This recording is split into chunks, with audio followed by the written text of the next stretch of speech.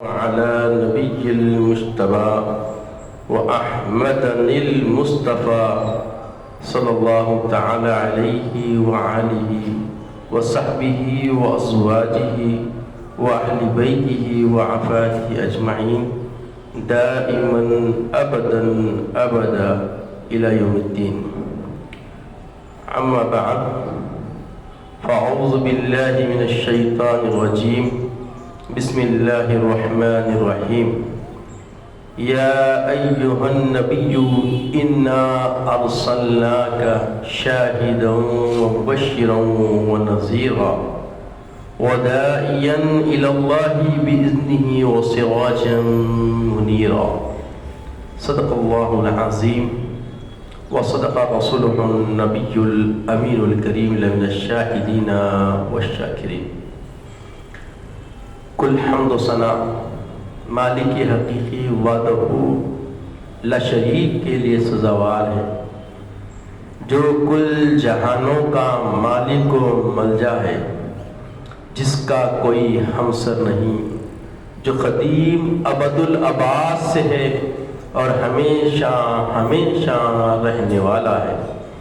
میں گواہی دیتا ہوں کہ نہیں ہے کوئی معبود برحق لائق عبادت سوائے اللہ جل مجدہ کے، اور میں یہ بھی گواہی دیتا ہوں کہ محمد عربی صلی اللہ تعالی علیہ وآلہ وسلم اللہ کے بندے اور خاص رسول ہیں۔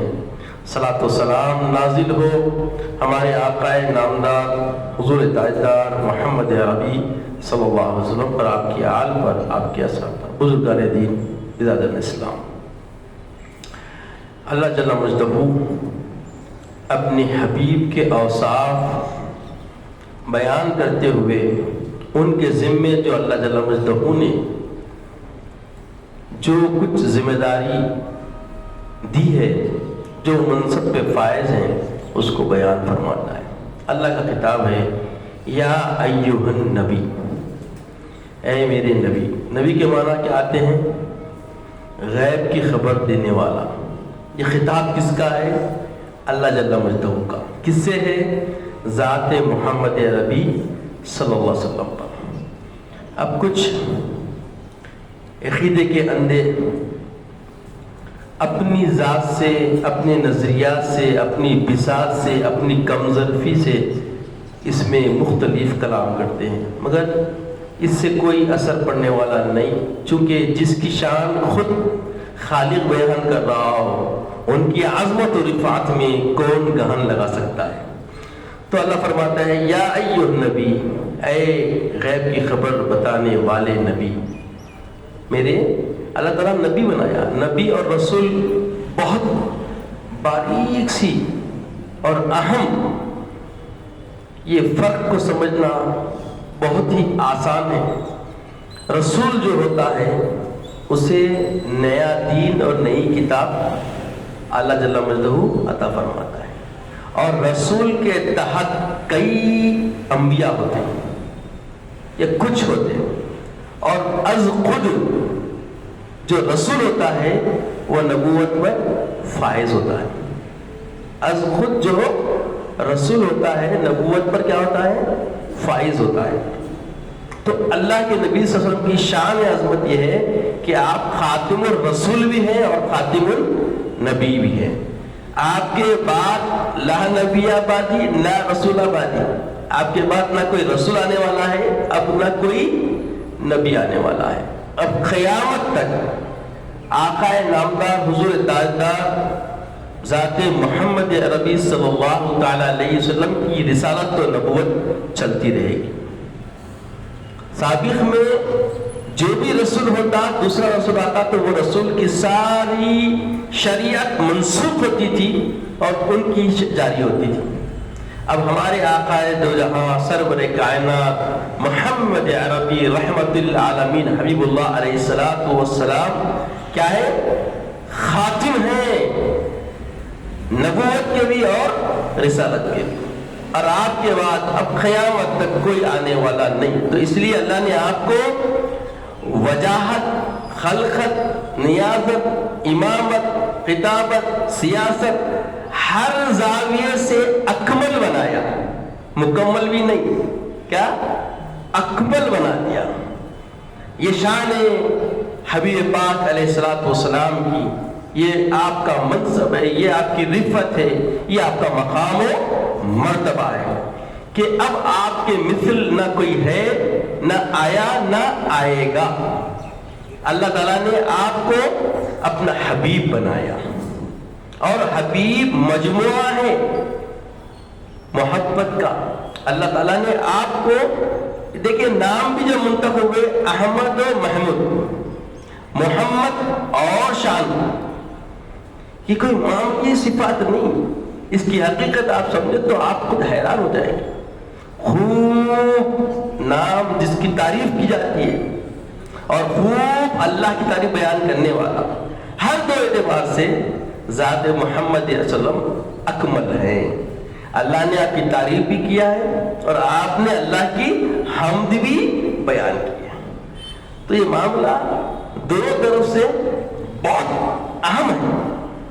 تو یہ ذات محمد صلی اللہ علیہ وسلم اللہ خطاب فرما رہا ہے، یا ایھا النبی، اے غیب کی خبر دینے والے حبیب پاک، انا بے شک ارسلناک، ہم نے آپ کو بھیجا ہے، ارسال کیا ہے، بھیجا ہے، کیا شاہدن، گواہ بنا کر، اور مبشرن، خوشخبری سنانے والا بنا کر، ونذیرا، اور ڈرانے والا بنا کر، اور پھر وداعین، اور دعوت دینے والا، اللہ، اللہ کی طرف، باذنی، اللہ کے امر سے۔ دعوت دینے میں بھی اختیار والا نہیں، بلکہ آپ کو ایسا مختار بنایا کہ اس اختیار میں خدا کا اختیار شامل ہے۔ داعین اللہ باذنی، اللہ کے امر سے، کیونکہ 40 سال جب گزرے تو امر آیا اللہ کا، حبیب پاک اب آپ دعوت دیجیے۔ یہ امر سمجھنے کا ہے۔ امر کا مطلب اب لوگ کیا کیا نکال لیتے، جس کا جتنا یقینہ، جس کا جتنا ایمان، اس کی بات رہتی۔ یہ بہت سمجھنے والی بات ہے، بات درست ہے، جتنی جس کی حیثیت ہے وہ حیثیت سے بات کرتا ہے۔ تو یہاں جو دعوت دینے والا اللہ کے اذن سے، تو مطلب نبوت پہ پیدائش سے پہلے سے فائز ہے پیارے آقا۔ ہر نبی کا شان یہی ہے کہ وہ پیدائشی منصب نبوت پر فائز رہتا ہے، مگر جب اللہ کے اذن کا معاملہ آتا ہے تب دعوت دینے لگتا ہے۔ تو یہاں وہی دعوت، وہی اذن مراد ہے۔ اس کے بعد فرمایا وہ سراجا منیرا، ہدایت کا، توحید کی روشنی کا ایک ایسا علم بردار بنا دیا پیارے آقا صلی اللہ علیہ وسلم کو کہ روشن منیر کی طرح کیا کر رہے ہیں، سب کو راستہ دکھلا رہے ہیں۔ آپ کیا ہیں، چمکتے ہوئے دمکتے ہوئے آفتاب ہیں، چمکا دینے والے آفتاب، جس پہ آپ کی نظر عنایت ہو جائے وہ ایمان سے سرفراز ہو جائے، جس پہ آپ کی نظر عنایت ہو جائے وہ ایمان سے سرفراز ہو جائے، اور جسے آپ چاہنے لگ جائے اللہ اس کے دل کو پھیر کے آپ کا ہم نوا بنا دے۔ یہ بہت اہم بات ہے۔ اللہ کے رسول نے چاہا عمر فاروق کو، اللہ تعالیٰ ان کے دل کو پھیر دیا، اور پھر کیا معاملہ ہوا، مخالف تھے تو کیا تھے، اور موافق ہوئے تو کیا ہو گئے۔ کیوں؟ حبیب پاک سراج منیرہ ہے۔ تو جب انہوں نے اللہ کے نبی صلی اللہ علیہ وسلم کی آفتابی کرنوں کو جب ان کے سینے پہ پڑے، سینہ شرح ہو گیا۔ آپ یقین مانیں، عقیدے کی بنیادی تقریباً اساسی پہلو جتنے بھی ہیں، حضرت سیدنا عمر فاروق رضی اللہ تعالیٰ عنہ سے معلوم ہوتا ہے کہ رسالت مآب صلی اللہ علیہ وسلم کے فیوزات کے بغیر ایمان حاصل نہیں ہوتا۔ ایمان اگر چاہیے اور ایمان میں مکمل ہونا چاہتے ہیں تو نظر عنایت رسول لازم ہے۔ بغیر رسالت مآب صلی اللہ علیہ وسلم کی نظر عنایت کے ایمان بھی کامل نہیں ہو سکتا۔ تو یہ جو آیت کریمہ ہے ایک جامع اوصاف نبی صلی اللہ علیہ وسلم کو بیان کر رہی ہے۔ تو اس سے اللہ کے نبی صلی اللہ علیہ وسلم کا حاضر ناظر ہونا، آپ ظاہری زندگی سے پردہ کرنے کے باوجود آپ کو اللہ نے تصرف دے رکھا ہے، آپ تصرف فرماتے ہیں، اور آپ ہی کے تصرف سے آپ کی امت فیضیاب ہو رہی ہے اور ہوتی رہے گی یہ قیامت تک یہ سلسلہ چلتا رہے گا. ہر نبی کا تصرف مفقود کیا گیا، محدود کیا گیا، مگر اللہ تعالیٰ نے اپنے محبوب صلی اللہ علیہ وسلم کو بامختار بنا کر بھیجا. آپ کا اختیار قیامت تک، بلکہ قیامت کے بعد بھی چلنے والا ہے، قیامت کے بعد بھی چلنے والا ہے. تو اب سوچیں، جب ایسا ہمیں نبی ملا، اتنی شان والا، اتنی رفتوں والا، اتنی بلند مرتبت والا، تو کوئی سلیقہ ہے آرزو کا، نہ بندگی میری بندگی ہے. یہ سب تمہارا کرم ہے آقا کہ بات اب تک بنی ہوئی ہے. کسی کے احسان کیوں اٹھائے، کسی کو حالات کیوں بتائے. تمہیں سے مانگیں گے تم ہی دو گے، آقا صلی اللہ علیہ وسلم سے خطاب، تم ہی سے مانگیں گے تم ہی دو گے، تمہارے در سے ہی لو لگی ہے. تو یہ لو لگانے والی بات ہے، اور جو لو لگاتا ہے اسے عنایت بے اندازہ عطا کی جاتی ہے. عمل کی میری بساط کیا ہے، عمل کے میرے بساط کیا ہے، بجز ندامت کے پاس کیا ہے، بجز ندامت کے پاس کیا ہے. رہے سلامت بس ان کی نسبت، رہے سلامت بس ان کی نسبت، میرا تو بس آسرا یہی ہے. تو یہ نسبت کے اندر بھی حیا ہوتی ہے، اس کو انکار کر سکتا کیا؟ اب جب نسبت والا بن جائے تو جس کی نسبت کا حامی ہے، جس کی نسبت کی طرف تمنا و آرزو لگی ہوئی ہے، اس نسبت کو رسوا ہونے نہیں دیتا، اس نسبت کو رسوا ہونے نہیں دیتا. اب نسبتیں لے کے بیٹھے ہیں، کردار پیارے آقا کے اوصاف کے مخالف جا رہے ہیں، اور اخلاق حسنہ کے مخالف جا رہے ہیں، پیارے آقا کی سیرت سے بالکل بے بہرا ہو کے نکل جا رہے ہیں، اور بول رہے ہیں میں نسبتی ہوں. تو کیا یہ دعویٰ صحیح ہو سکتا؟ ذرا غور طلب بات ہے عزیزوں بزرگوں. یاد رکھیں، یہ جمعہ کے ذریعے یہ اصلاحی عنوان بنانے کا مقصد جمعہ کا ہے، میرا نہیں. جمعہ شاعر اسلام نے جمعہ بنایا اسی لیے تاکہ یہ جو دعوے ہیں غفلت کے ختم ہو کے حقیقت سے آشنائی حاصل کر کے حقیقت کی طرف امت لوٹ کے آ جائے. اسی لیے جامع مسجد میں جمعہ ہوتا.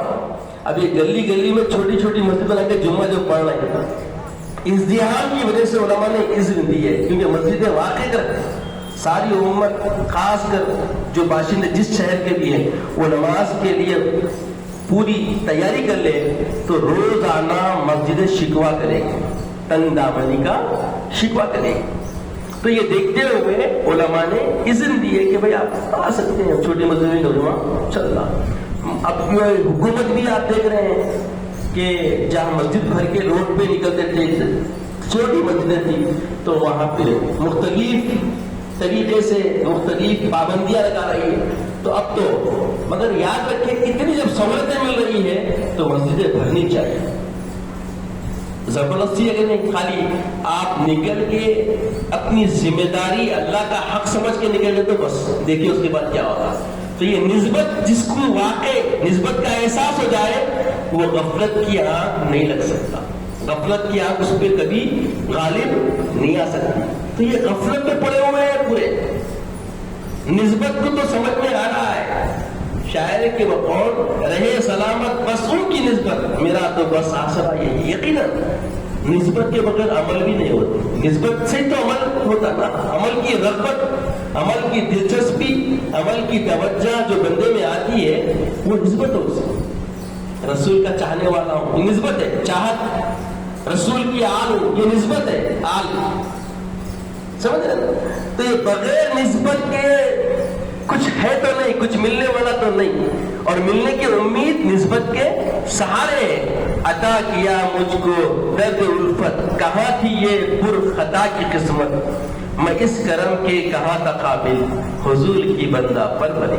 پیارے آقا امت کو بے پناہ چاہتے ہیں. فرماتے ہیں کہ امت بالکل دوزخ کے دہانے پہ گرنے کے لیے تیار ہے.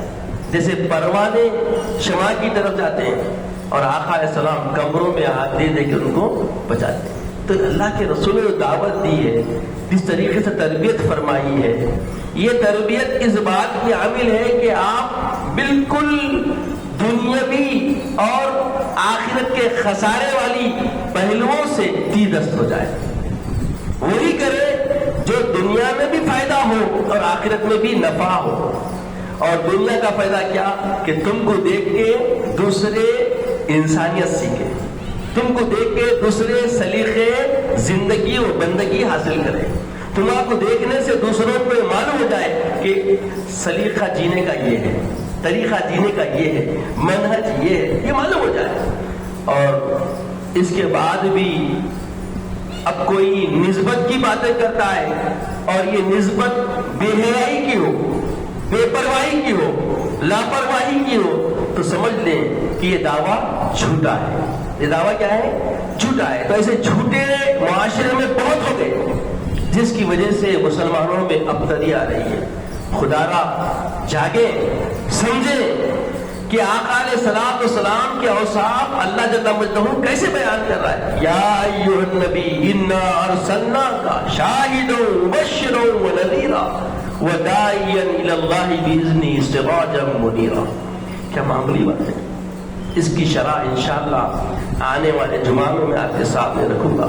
تمہیداً یہ آیت کریمہ کو میں نے آپ کے سامنے صرف مقصود سمجھے کہ یہ شان والا، یہ عظمت والا، بشارت دینے والا، گواہی دینے والا، ڈرانے والا اور روشن، آفتاب سے زیادہ روشن رسول جب ہمیں مل گیا تو پھر یہ اندھیرا پن کیوں زندگیوں میں، یہ تاریکی کیوں زندگیوں میں، یہ بدبختی کیوں زندگیوں میں؟ اور انہی کے نام کی نسبت سے بے پرواہی کے ساتھ بے روی کی زندگی کو سمجھنے کی قرین زندگی ہے۔ یہ جو عقل میں پردے پڑے ہوئے ہیں انشاءاللہ ان کو اتارنا ہوگا، اور اتارنے کے لیے راہ ہموار کی جائے گی آئندہ جمعہ سے۔ بات سمجھ لیں، بہت اہمیت کا موضوع ہے کہ اللہ تعالیٰ نے آپ کی شان کیا بیان کی، اور ایسے شان والے نبی کی نسبت رکھنے والے ہم، تو ہم میں کیا ہونا چاہیے؟ جس گلی سے ہم گزرے وہ گلی کی نظر ہم پہ ہو جائے اور ہمیں دیکھ کر وہ آقا سے جانسار ہو جائے۔ یہ ہے نسبت، کہ ماننے والا ایسا ہے تو منوانے والا کیسا ہوگا؟ سن سن کے صحابہ کی باتیں، سن سن کے صحابہ کی باتیں کفار مسلمان ہوتے ہیں۔ کیا بولے شاعر نے؟ کتنا اچھی بات سمجھایا۔ یہ کردار ہونا چاہیے جی۔ سن سن کے صحابہ کی باتیں کفار مسلمان ہوتے ہیں، اس بار کا جب یہ عالم ہے اس بار کا عالم کیا ہو؟ آقا علیہ السلام کا دیدار جس کو نصیب ہو گیا تو اس کو سمجھنا ہے۔ تو آج کے صالحین کی زندگی دیکھو کہ دنیا میں رہتے ہوئے دنیا داری اس انداز سے کرتے ہیں کہ آخرت سے کوئی بے بہرا پن نہیں ہوتا، بلکہ آخرت سے پورے جڑے ہوئے ہوتے اور پھر دنیا داری بھی کر رہے ہوتے ہیں۔ یہ ہے سلیقہ زندگی کا، یہ ہے طریقہ زندگی کا۔ چاہے خوشی ہو یا غم ہو، ہر حال میں زندگی کے اندر یہ تکبرانہ کیفیت ختم ہو جانا، گر جانا، متکبرانہ طبیعت باقی نہیں رہنا۔ خوشی ہو یا غم ہو، کسی حال میں بھی ایسا کوئی کام ہم سے سرزد نہیں ہونا جس سے اللہ کی ناراضگی کا عتاب ہم کیا جائے، رسول اللہ صلی اللہ علیہ وسلم کی ناراضگی کا ذریعہ بن جائے، کیونکہ انہی کی نسبت سے ہم جی رہے ہیں، اور آخرت کی جو لو لگی ہے یہ بھی ان کی نسبت سے۔ بغیر نسبت کے کیا ہے بتائیے؟ آج جو جمعہ شان سے پڑھنے آ رہے ہیں، یہ جمعہ کس کا دیا ہوا؟ شارع اسلام نے ہمیں بتایا کہ اس طریقے سے تمہیں جمعہ پڑھنا ہے، اور جمعہ کے یہ رول ہے، یہ طریقے ہیں، ان طریقوں کو اختیار کرنا، بس یہ جمعہ ہے۔ اس طریقے سے کتنے ہم گھر سے نکلتے بتائیے؟ اب حالات تو اتنی بری ہے کہ دائی کچھ لوگ کسی اور انداز سے دیکھنے والے بنتے، خود تو کچھ نہیں کر رہے، اگر کوئی کر رہا ہے تو اس کو اپنا مخالف سمجھ رہے ہیں۔ اب دیکھیے ایک مثال میں دیتا ہوں سمجھنے کے لیے، میں کوئی حملہ نہیں کر رہا ہوں، یہ فکر سمجھا رہا ہوں کہ جس راسخ فکر سے ہم کو یہ عقیدہ درست کرنے کی ضرورت ہے۔ بانی جامع نظامیہ یہ محسن ہے دکن کے، بہت بڑے محسن ہیں. جو نہیں مانتا وہ ناشکرا ہے اللہ کا، کیونکہ یہاں کی حالات جو پیرا نبی کے تھے، جو سلیقے بندگی اور الفت محمدی صلی اللہ علیہ وسلم جو ہم کو نصیب ہوئی ہے، اس میں بہت بڑا رول ہے حضرت کا. یہ جب دکن واپس آئے امر رسالت مآب صلی اللہ علیہ وسلم سے، جو رویا میں اللہ کے رسول کے حکم فرمائے دکن کی طرف جاؤ، وہاں دین کی اشاعت کا کام کرو، تو یہ حکم سے آپ تشریف لائے. اور آپ آنے کے بعد یہاں کیا کیے؟ جو کچھ وہاں اس دور میں، آج تقریباً 150 سال پہلے کی بات ہے، آپ 150 سال پہلے تشریف لائے، اس سے بھی کچھ پہلے. تو تب وہاں مکہ مکرمہ کے ممبر سے، مدینہ منورہ کے ممبر سے میلاد کے دن میلاد کا خطبہ ہوتا تھا. تاریخ ہے، میلاد کا خطبہ ہوتا تھا. تو بانی جامع نظامیہ علیہ رحمت و رضوان مکہ مسجد میں وہ خطبہ شروع کیا. تو اب یہ بتائیے، آج سے 150 سال پہلے جو حالات مکے مدینے کے دیکھے تھے وہ خیر والے تھے نہیں تھے؟ اب بولو دادل کیا تھا. اب تو وہاں پہ سینما گھر بھی کھل گئے، تب کیا تھا سوچے. اب سہولتیں بہت ساری ہو گئی حاجیوں کو، جب سہولتیں تھی نہیں تھی، مفقود تھے حالات. حجر اسود کا معاملہ اب جیسا تزئین کیا ہوا ایسا نہیں تھا، اور صفا مروہ جو حالت میں آپ کو مل رہی، آسانی سے گاڑیاں بنڈیاں لے کے دوڑ رہی، پہاڑی علاقہ تھا، چلنا پڑتا تھا. اس حالات میں حقیقت سے بالکل قریب کے حالات میں آپ آ کے یہ رائج کیے. اور یہ ان کا کوئی ذاتی کام نہیں تھا. انہیں دیکھے وہاں پہ جو ممبر پہ ٹھہر کے وہاں کے خطبے میلاد پڑھ رہے ہیں وہ جائز کیے. اب دیکھیے، اب پلٹ کے یہاں آ جائیے، اب دیکھیے حالات کیا ہے. خطبہ میلاد اگر کسی نے جا کے سنا ہے مکہ مسجد میں، کتنے لوگ رہتے ہیں؟ سارے شہر کے مسلمانوں کو کیا چاہیے؟ وہی ایک ثبوت مل رہا ہے بھائی کہ میلاد منانے کا طریقہ جو مکہ معظمہ مدینہ منورہ اکثر بولتے ہیں نا لوگ، مکہ مدینہ میں ہوتا ہے، تو ویسے ہی معاملہ کرو نا. کون روک رہا تمہارا؟ اس سے بڑھ کے یہ جو دوسرے کام ہو رہے ہیں، اب کاموں کو گنانے کی ضرورت نہیں، جو کچھ اب حالات بنا دیے گئے ہیں نسبتوں سے بنا رہے ہیں نا. تو نسبت سے جو کام ہمیں ملا، یہ کون ہے؟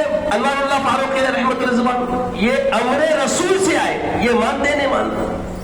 اور آنے کا بعد جو تطہیر ہوئی ہے، جو پاکیزگی دکن کو ملی ہے، دکن کے حالات جو تبدیل ہوئے ہیں، جو اسلامی طریقہ میں نہج ملا ہے، جو جینے کا سلیقہ ملا ہے، یہ سب کس کی دے رہے؟ حیدرآباد دکن میں بانی جامع علیہ رحمت رضوان کی دے. اور آپ نے یہ سلیقہ دیا کہ میلاد منانے کا طریقہ یہ ہے کہ میلاد کے دن جتنا ہو سکے آپ روزہ رہیے، رسول کی سنت ہے. اور روزہ اب کھلانے پلانے والا نہیں کھایا تو لوگ نہیں کھاتے، تو اس حیات سے کھلانے کی خاطر اگر آپ روزہ نہیں رہ رہے کوئی بری بات نہیں ہے، اچھی بات ہے. تو چلیے کھلائیے پلائیے. اور اس کے بعد پھر جا کے خطبہ میلاد تو سنیے. خطبہ میلاد کی فکر نہیں، مستحسن والے نا بھائی، اس گھومنے کو بھی خوشی کا اظہار بول رہے ہیں.